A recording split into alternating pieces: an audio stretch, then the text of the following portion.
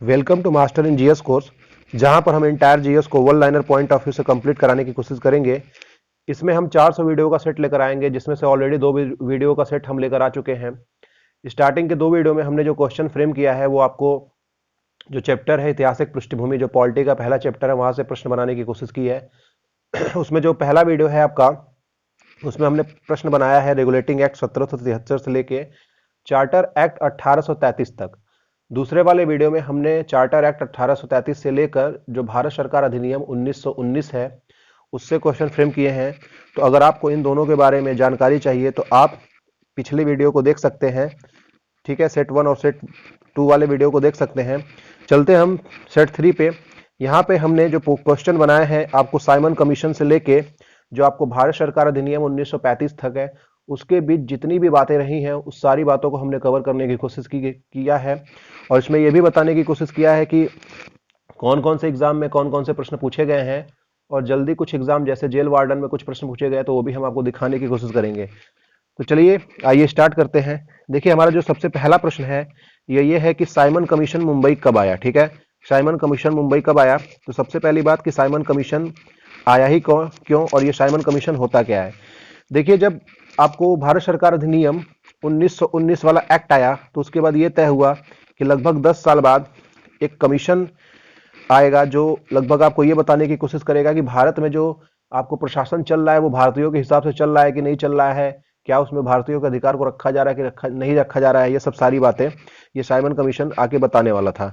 तो ये पहले ही तय हो गया था कि आपको लगभग 8-10 साल बाद जो एक आपका कमीशन आएगा जो ये तय करेगा कि जो आपको प्रशासन है क्या ये बहुत अच्छे ढंग से चल रहा है, ये भारतीयों के अनुसार चल रहा है।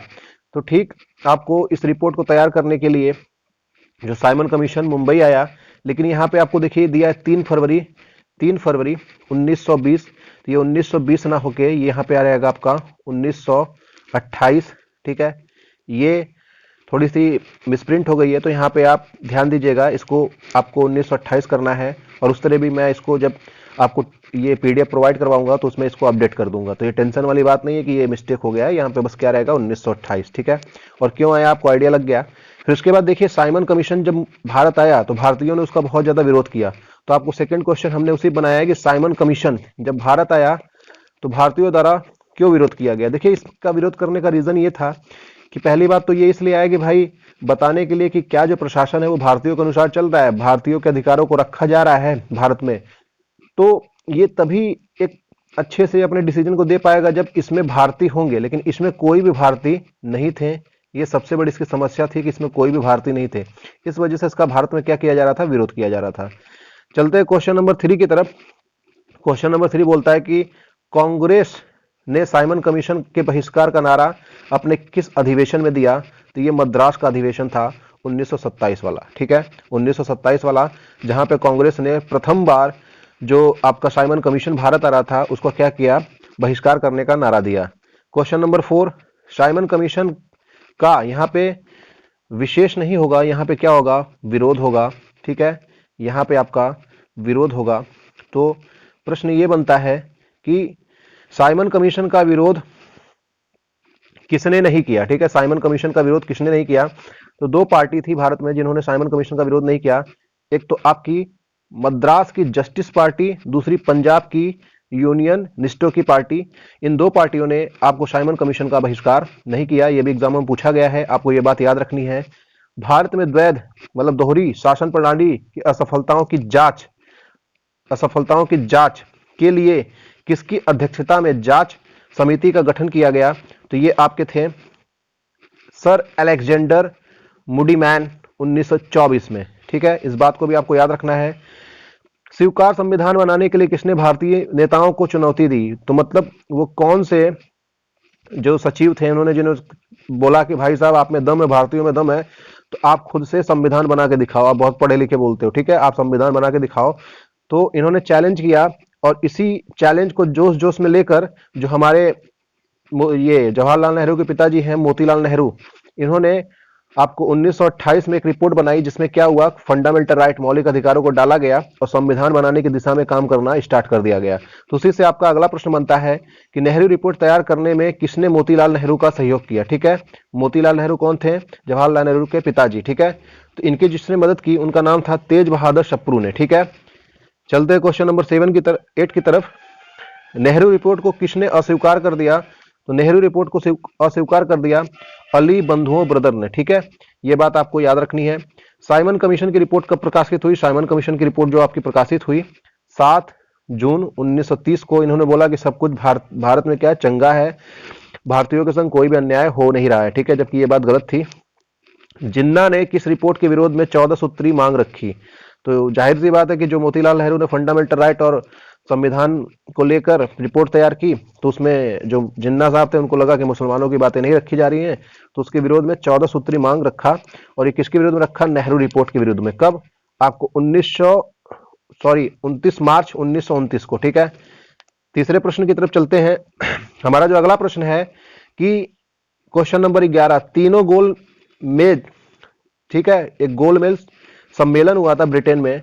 वो सम्मेलन इसलिए हुआ था कि ताकि हम संविधान में सुधार कर सकें। तो आपको ये पूछता है कई एग्जाम में कि जो 3 गोलमेज सम्मेलन हुए थे ये कौन कौन से साल में हुए थे, तो आपको ये हुआ था 1930। ठीक है, 1930, 31 और 1932 में। ठीक है, क्वेश्चन नंबर 12 आपका ये है कि 1933 में संविधान की रूपरेखा पर विचार करने के लिए किसकी अध्यक्षता में संयुक्त समिति का गठन किया गया। ये मोस्ट इंपॉर्टेंट क्वेश्चन है कि 1933 में पहली बार जो संविधान की रूपरेखा तय करने के लिए कौन सी संयुक्त समिति का गठन किया गया, तो लॉर्ड और किसकी अध्यक्षता में, तो लॉर्ड लिथिगो की अध्यक्षता में। ठीक है, क्वेश्चन नंबर 13 हमारा यह है कि भारत सरकार अधिनियम 1935 को ब्रिटिश सम्राट की अनुमति कब प्राप्त हुई, तो यह प्राप्त हुई आपको 4 अगस्त 1935 में। यह आपको उत्तर प्रदेश पुलिस में पूछा गया प्रश्न है। भारत सरकार अधिनियम 1935 में कुल कितने अनुच्छेद, अनुसूचियां तथा भाग हैं। हमें पता है कि जो हमारा वर्तमान में भारतीय संविधान है लगभग उसमें 200 प्रावधान आपको भारत सरकार अधिनियम 1935 के द्वारा लिया गया है। तो जब ये बना था एक्ट तो उसमें कितने आपके प्रोविजन थे, तो उसमें आपके 221 अनुच्छेद थे, 10 अनुसूचियां थी और 14 भाग थे। क्वेश्चन नंबर 15, भारत सरकार अधिनियम 1935 के अधीन अखिल भारतीय संघ किससे मिलकर बना था। ठीक है, तो जो आपको पूरा इंडिया बना था किससे मिलकर बना था, उसमें आपको 11 प्रांत थे। जो एक आपको जो भारत सरकार 1935 अधिनियम के अनुसार 11 प्रांत थे, 6 कमिश्नरी आपको राज्य थे, बाकी आपको स्वैच्छिक जो राज्य थे वो इसमें शामिल थे। क्वेश्चन नंबर 16 की तरफ बढ़ते हैं। भारत सरकार अधिनियम 1935 के अधीन प्रांतीय जो स्वतंत्रता है वो किस तारीख से लागू हुआ, तो आपको 1 अप्रैल 1937 थे। ठीक है, तो प्रांतों को थोड़ी आज़ादी मिल गई कि ठीक है यार आप लोग अपना कानून वगैरह ये सब बना सकते हैं। तो चलते हैं अगले क्वेश्चन की तरफ।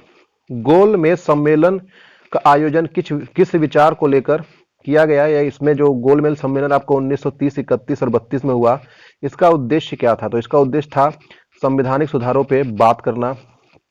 चलते हैं आगे की तरफ। केंद्र में द्वैध शासन किस अधिनियम द्वारा लगाया गया, तो इसके पहले आपको 1919 के द्वारा जो लाया गया था वो राज्यों के लिए द्वैध शासन व्यवस्था को लेकर लाया गया, लेकिन 1935 वाले एक्ट के द्वारा आपको किया क्या गया कि स्टेट से हटाकर केंद्र में दोहरी शासन व्यवस्था लाने का प्रयास किया गया। तो ये कई बार एग्जाम पूछता है कि ये कौन से एक्ट के द्वारा लाया गया, तो 1935 वाले एक्ट के द्वारा, और ये आईएएस 2004 में क्वेश्चन पूछा गया है। आपको अगला क्वेश्चन ये है कि भारत सरकार अधिनियम 1935 में कुल कितने अनुच्छेद, अनुसूचियां, भाग थे, तो ये फिर से क्वेश्चन रिपीट हो रहा है आपका। इसमें 321 अनुच्छेद, 10 अनुसूचियां और 14 भाग थे। चलते हैं क्वेश्चन नंबर 20 पे। किस अधिनियम ने केंद्र में द्वैध शासन प्रणाली को स्थापित किया।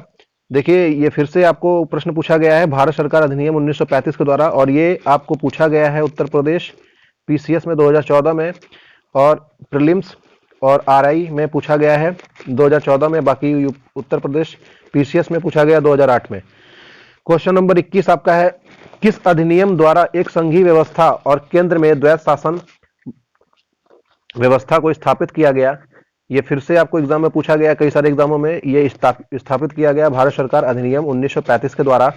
हमारा अगला क्वेश्चन है 1922 के अधिनियम द्वारा स्थापित संघ में अवशेष शक्तियां किसको दी गई, तो ये दी गई गवर्नर जनरल को, भारत का जो गवर्नर जनरल था उसको दिया गया। तो आपको ये बात याद रखना है कि मतलब जो उस समय इनको वायसराय जो बोला जाता था, तो इसमें जो आखिरी अल्टीमेटम पूरे देश के लिए कानून बनाना कार्यपालिका की शक्ति है। मतलब ऐसी जगह पे जहां पे ये स्पष्ट नहीं है कि इस मुद्दे पे किसको क्या करना है, तो वहां पे सारी की सारी शक्तियां जो हैं ये गवर्नर जनरल का जो पोस्ट हुआ करता था उसको चली गई। मतलब गवर्नर जनरल बहुत ज्यादा पावरफुल हो गया। तो कुल मिलाकर ब्रिटिश क्या है, बहुत ज्यादा पावरफुल किए गए आपको जो भारत सरकार अधिनियम है 1935 के द्वारा।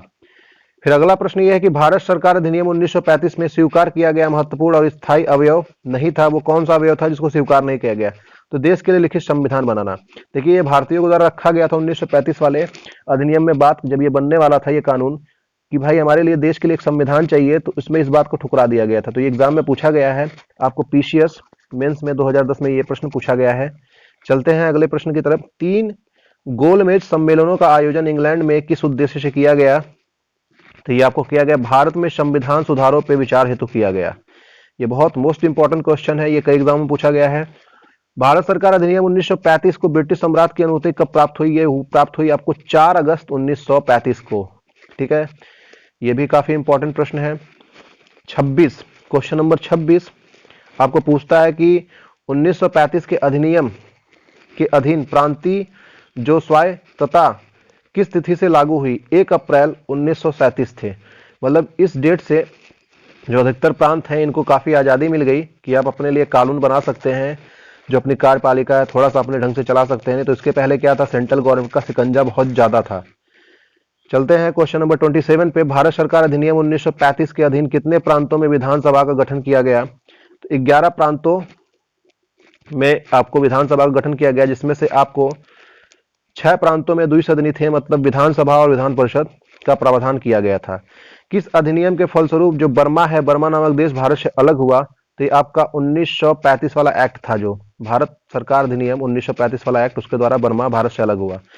आगे कुछ स्टेटमेंट हैं जो आपको 1935 वाला जब एक्ट बना तो इसके विरोध में कुछ लीडर्स ने या कुछ चर्चित व्यक्तियों ने कुछ स्टेटमेंट दिए, उससे ये क्वेश्चन फ्रेम किए गए हैं जो एग्जाम में पूछे गए हैं। क्वेश्चन नंबर 29 में गवर्नर जनरल अब और ज्यादा सर्वाधिकार संपन्न राज्य स्वेच्छाचारी शक्तिधारी हो गया है। तो यहाँ पे सिंपल सी बात है कि गवर्नर जनरल है ये और ज्यादा पावरफुल हो गया है, क्योंकि उसमें क्या है, अवशेष शक्तियों को समाहित कर दिया गया है। किसने बोला था? महात्मा गांधी ने बोला था 23 फरवरी 1938 को वर्धा में। ठीक है, चलते हैं आगे। वायसराय अथवा गवर्नर जनरल को हिटलर और मुसोलिनी जैसे अधिकार प्राप्त हो गए हैं, क्यों? क्योंकि इसको अवशेष शक्तियां दे दी गई हैं। ये किसने बोला था? विंस्टन चर्चिल ने बोला था। ठीक है, ये बात आपको दिमाग फिट करना है। दास्ता का चार्टर किसे बोला गया? ये आपको बोला जाता है भारत सरकार अधिनियम 1935 को, लेकिन किसके द्वारा बोला जाता है? पंडित जवाहरलाल नेहरू के द्वारा। और देखिए अगला प्रश्न जो कोई आपको जल्द ही जो पुलिस वार्डन का एग्जाम है उसमें पूछा गया था कि एक कार जिसमें ब्रेक तो है लेकिन इंजन नहीं है। ठीक है, ये पंडित जवाहरलाल नेहरू ने बोला था ये स्टेटमेंट, ये जल्दी आपके एग्जाम में आया था। इसे स्वीकार करो या छोड़ दो। तो आपको पता है कि जो क्रिप्स मिशन आया था उसके द्वारा संविधान बनाने की कोशिश की गई थी। तो यहाँ पे स्टेफर्ड फोर्ड क्रिप्स ये बोलते हैं आपको कि जो इसको जो हम बना रहे हैं आपको समिति संविधान के लिए जो भी प्रपोजल रख रहे हैं, इसको या तो स्वीकार करिए या छोड़ दीजिए। क्वेश्चन नंबर 34 की तरफ चलते हैं। किस गोलमेज सम्मेलन के विचार विमर्श के परिणति भारत सरकार अधिनियम 1935 के पारित होने के रूप में हुई? ठीक है, तो वो कौन सा अधिनियम था जिसके बाद डिसाइड किया गया कि आपको, वो कौन सा गोलमेज सम्मेलन था जिसके द्वारा डिसाइड किया गया कि आपको भारत सरकार अधिनियम पारित किया जाएगा? तो ये तीसरा गोलमेज सम्मेलन था जो इंग्लैंड में हुआ। इसका टारगेट ये था कि भाई हम संविधान में सुधारों पे विचार करेंगे। ये कब आपको सम्मेलन आयोजित किया गया था? नवंबर और दिसंबर 1932 में। क्वेश्चन नंबर 36 पे चलते हैं। किस अधिनियम को कहा जाता है कि वो प्रस्ताव विहीन अधिनियम है?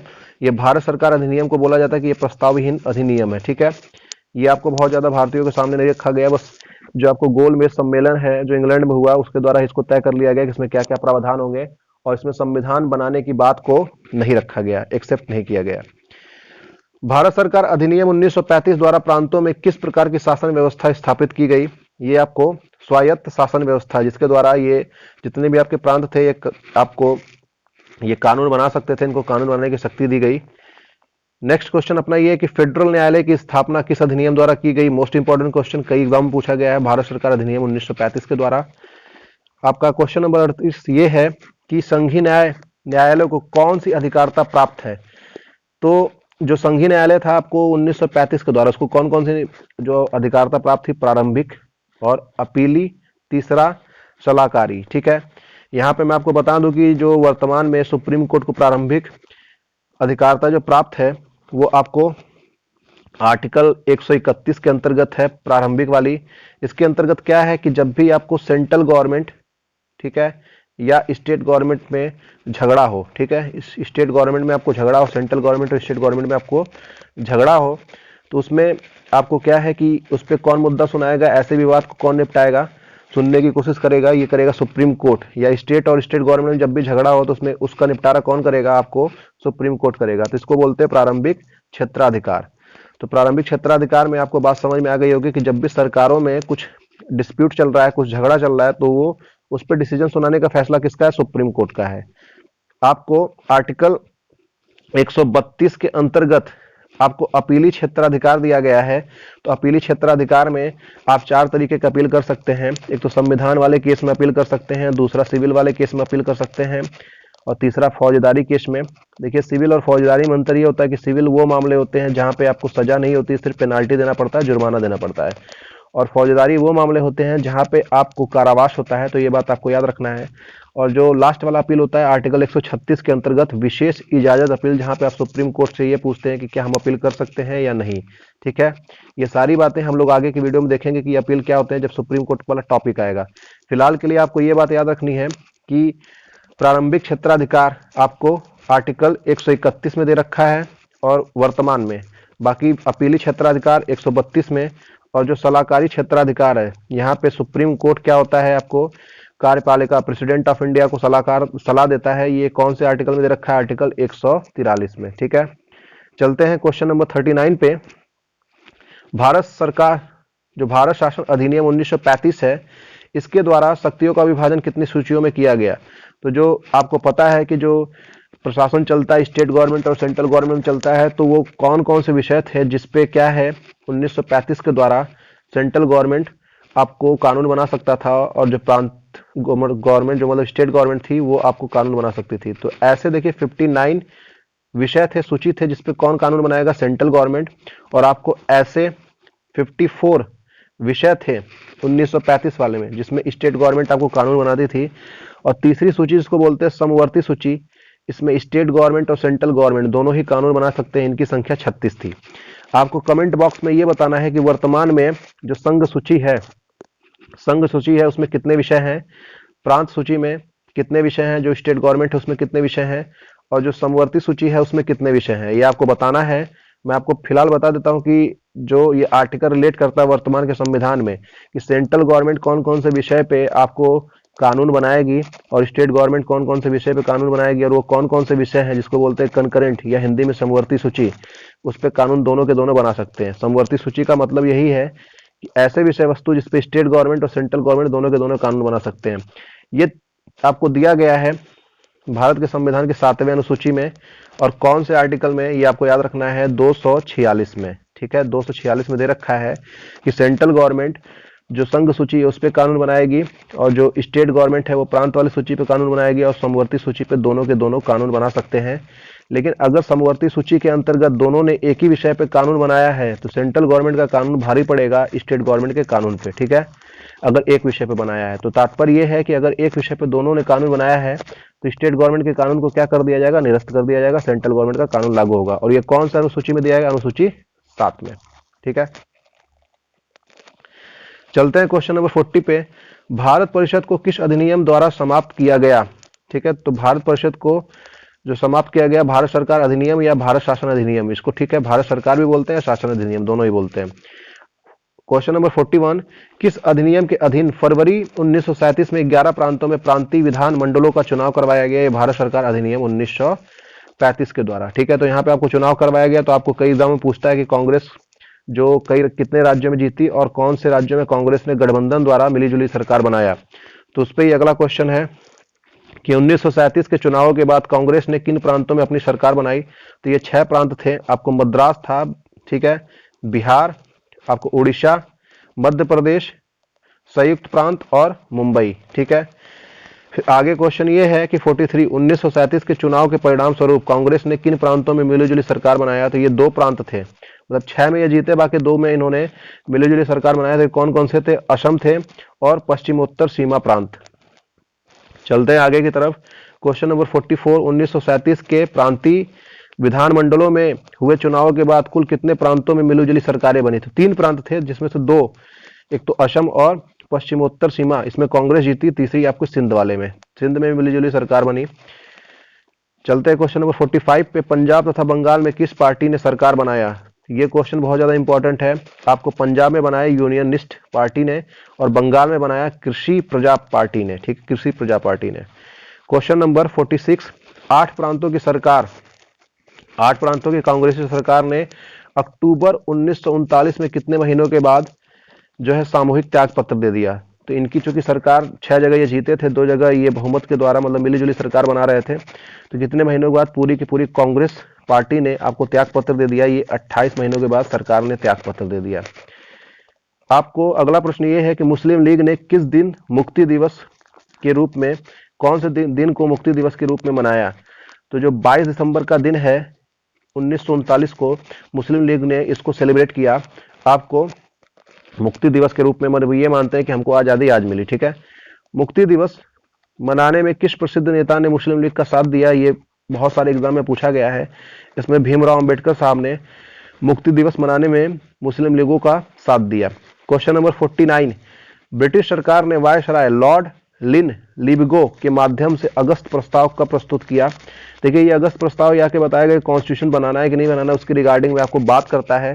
खैर ये है क्या अगस्त प्रस्ताव, ये आगे के वीडियो में देखेंगे, लेकिन ये कब आया और इसको जो है लॉर्ड लिनबिगो ने कब इस प्रस्ताव को मंजूरी दी? तो ये आपके एग्जाम में पूछता है। ये 8 अगस्त 1940 को, ठीक है। जो हमारा लास्ट क्वेश्चन है, जब ये आया तो इसके विरोध में, ठीक है, आपको व्यक्तिगत सत्याग्रह, इसकी विचारधारा किसने दी? ये अभी आपको पूछता है कि व्यक्तिगत विचारधारा की जो व्यक्तिगत सत्याग्रह की विचारधारा किसने दी, ठीक है, व्यक्तिगत सत्याग्रह की विचारधारा किसने दी? तो ये दी महात्मा गांधी ने। ये भी कई सारे एग्जाम में पूछा गया है। तो आज की वीडियो में इतना ही। अगर आपको ये वीडियो पसंद आता है तो अपने अधिक से अधिक दोस्तों के पास शेयर कीजिए और इस चैनल को सब्सक्राइब कीजिए, ताकि जो जरूरतमंद लोग हैं उनके पास ये वीडियो पहुंच सके। और हम जल्दी मिलेंगे अपने अगले वीडियो में। आज के लिए इतना ही। Thank you very much.